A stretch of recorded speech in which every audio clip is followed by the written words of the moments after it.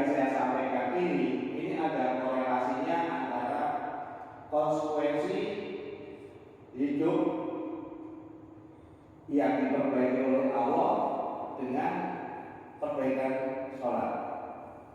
Kenapa demikian? Kembali pertanyaan kita tanyakan, siapa sebenarnya yang memberikan kehidupan kita di dunia ini? Allah. Lalu apa tugas kita di dunia ini? Tugas kita di dunia ini seperti dalam surat Al-Dzurriyah ayat 56. Bismillahirrahmanirrahim. Tidak kuperintahkan jin dan manusia kecuali untuk beribadah kepadaku. Wa ma khalaqul jinna wal insa illa liya'budun. Terus bagaimana mengetahui kualitas sholat kita? Biasanya Allah itu kalau menegur kita kurang baik dan lain-lain, ini caranya macam-macam. Kalau kemudaratan itu sudah kita lakukan secara berjamaah, secara masif, secara massal, biasanya Allah mendatangkan bencana. Tapi kalau hanya masalah ini dilakukan oleh personal, itu biasanya kejadiannya lewat kejadian-kejadian yang ada hubungannya antara dengan manusia. Manusia hidup ini secara prinsip punya 4 kebutuhan. Apa itu? 1, kesehatan. 2, ekonomi. 3, hubungan internal rumah tangga. 4, hubungan sosial kemasyarakatan. Kadang Allah menegur lewat masalah-masalah manusia yang dalam proses seperti ini. Contoh, orang ditegur lewat kesehatan. Kadang ada orang itu yang mohon maaf ya, hanya makan duri hasil didapat dari akikoh. Itu isinya kan cuma 2, 1 bakar 1 tulang. Besok sudah cekot-cekot. Padahal ada yang makan joroan, makan bebek, ada yang makan kacang sebungkus kecil, itu bisa sudah samuran.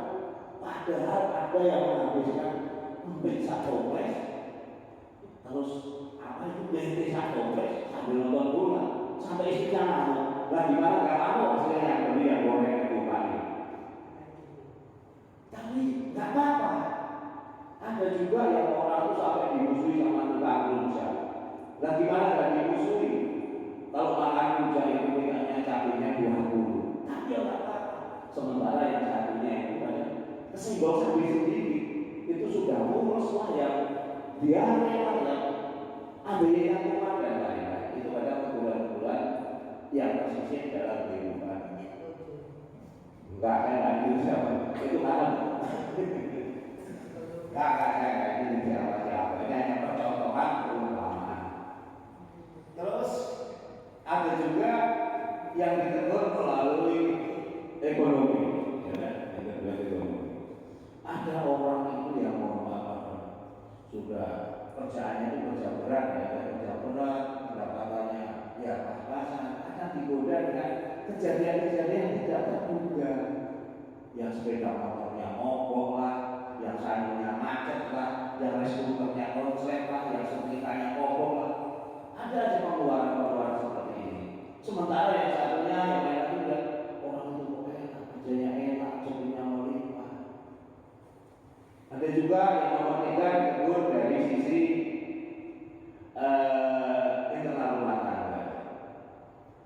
Di rumah tangga ini kalau sudah timbul permasalahan, kan hal sepele, hal cuci piring jadi masalah, hal nyapu jadi masalah, hal matikan listrik jadi masalah, hal kunci pintu jadi masalah, hal kadang tidur bersama atau jadi masalah, jadi kami ada.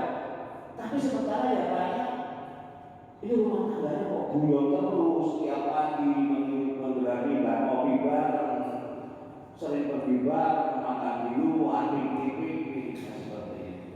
Yang keempat adalah masalah hubungan sosial kemasyarakatan. Kita manusia diperintahkan untuk kita ta'arufu, artinya kita harus saling mengenal, dengan masyarakat. Nah, ada kalanya orang itu ada yang kehadirannya itu dirindukan, nasihatnya didengarkan, tapi ada juga yang kalau lagi dicabut nikmatnya, jangankan suaranya, dia ketemu orang aja orang sudah gak senang. Gimana? Bapak Ibu sekalian, ada yang diuji dengan satu mungkin kesehatan, ada yang dua mungkin kesehatan dengan ekonomi, ada yang tiga, atau ada yang empat. Alhamdulillah, mudah-mudahan kita tidak diuji dengan yang demikian. Lalu bagaimana caranya? Dalam surat Al-Baqarah ayat 153 Allah berfirman, ya ayyuhalladzina amanu sta'inu bisobri wa sholat innallaha ma'as-sabirin. Hai orang-orang yang beriman, minta tolong kepadaku dengan sabar dan sholat. Allah bersama orang-orang yang sabar. Jadi solusinya makanya tadi judulnya perbaikilah sholatmu supaya Allah memperbaiki hidupmu. Dengan sabar dan sholat. Mungkin saya sudah sholat berapa waktu? Ada 5, ada 4, ada 3, ada nggak sempat. Monggo ditingkatkan menjadi 5 waktu. Saya sudah 5 waktu. Sholatmu di mana? Ya kadang di rumah. Sholatmu apakah di awal waktu? Gua nanggung kalau asal itu ambil bisa itu kali asal di luas maghrib itu sudah kita. Monggo diperbaiki di awal waktu kalau memang sempat tidak emergensi. Terus sholatmu di mana? Di rumah. Monggo berjamaah. Kenapa demikian? Sebenarnya ada janji Allah yang disampaikan melalui hadis Nabi Muhammad, yaitu terutama sholat isya dan subuh berjamaah. Barang siapa sholat isya berjamaah, maka setara pahalanya dengan sholat sunnah setengah malam. Daripada kita sholat sunnah setengah malam, betul. Sholat isya berjamaah itu pahalanya sudah setara sholat isya setengah malam. Terus ada lagi hadisnya, barang siapa sholat subuh berjamaah, maka pahalanya setara dengan sholat sunnah sepanjang malam. Coba sepanjang malam, jangan sholat sunnah tidur aja pegel, muter-muter ya, kiri kanan, selimutnya dibaca. Itu makanya ada hadis lagi, sholat yang paling berat yang tidak mampu dilakukan oleh orang munafik adalah sholat isya dan subuh berjamaah. Seandainya mereka mengetahui pahalanya yang diberikan oleh Allah, niscaya mereka akan mendatanginya walaupun dengan merangkak. Jadi insya Allah yang sholat subuh dan isya berjamaah bukan golongan munafik. Bahkan di dalam sholat subuh itu ada keutamaan, ada 2 rakaat sebelum sholat subuh. Itu kalau dilakukan lebih baik daripada dunia dan seisinya. Monggo kita semakin hari semakin kita tingkatkan. Karena apa? Barang siapa yang hari ini lebih baik dari hari kemarin, ini hadis juga, maka ialah orang yang beruntung. Barang siapa hari ini sama dengan kemarin, maka dialah orang yang rugi. Barang siapa hari ini lebih jelek daripada hari kemarin, maka dialah orang-orang yang celaka. Kita melakukan perbaiki sholat. Ya selama ini kita tahu bacaan sholat, tingkatkan lagi. Bagaimana cara meningkatkannya? Saya yakin bahwa ibu sekalian itu punya HP yang cerdas. Gunakan secara cerdas. Cari maknanya sholat sehingga antara gerakan, ucapan dan hati nyambung. kalau dibaca itu semua sholat doa. Kalau kita lafalnya saya yakin hafal semua, tapi maknanya belum tentu tahu. Makanya pelan-pelan dimaknai sehingga cara gerakan, ucapan dan makna itu bisa usul, bisa satu kali, satu server rasanya sekarang. Kalau kita sudah berdoa seperti itu bagaimana? Doa itu ada tiga dulu. Satu, yang langsung diijabah, dikabulkan oleh Allah. Yang kedua, tidak langsung diijabah, tidak langsung dikabulkan karena Allah ingin melihat prosesnya.